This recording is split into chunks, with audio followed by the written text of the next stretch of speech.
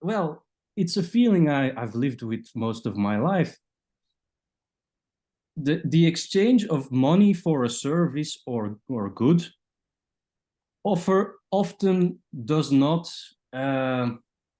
suffice to express gratitude, obviously. Yeah. So at one point I felt I'm going to make an almost, what ended up being a disposable complementary currency where I was cutting out little paper hearts, you know? Uh-huh. And whenever I paid, I also gave some hearts. And so next time when I returned to the bar at the rehearsal space where we played, I gave the bartender some more hearts, and he said like, oh, that's good because I'm all out of my hearts. I gave them to other people. Mm-hmm. And I mean, this... I'm all out of my hearts. I gave them to other people. You see, doesn't that say it all? Yeah. And in that sense, that's the same situation I am right now. At the restaurant, you know, they serve me half stuff and half service, if you like. Now, if I handle the stuff with cash, with the legal tender, with the taxis and Visa and all that, if I handle the stuff, then how can we be more generous with the service acknowledgement recognition? Yep. And use the existing payment structures to process it. And it's not even a question, how can we do it? It's a question of why don't we?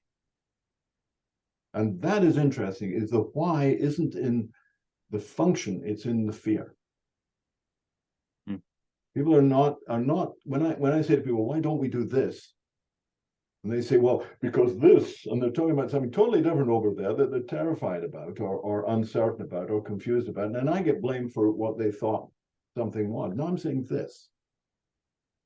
But what I'm describing is often invisible to somebody who's fixated upon one particular framework. So I've been more working on paradigm shift, perception shift, idea shift, essentially, than anything else. I really think we'd solved the transaction process years ago. I mean, we had the Mondex card process. I don't know if you remember that one. Oh, well, it was before your time, of course, but it was the idea that you could travel around with a little card which had a chip on it, and the chip had money in it in 4 or 5 different configurations. A franc, a Deutschmark, you know, a pound, right? And the business would have a receiver with the same card in it. And so when you wanted to transfer money, you just put one card in, punched in the numbers, and did it. Mm. And we had that in the late 90s.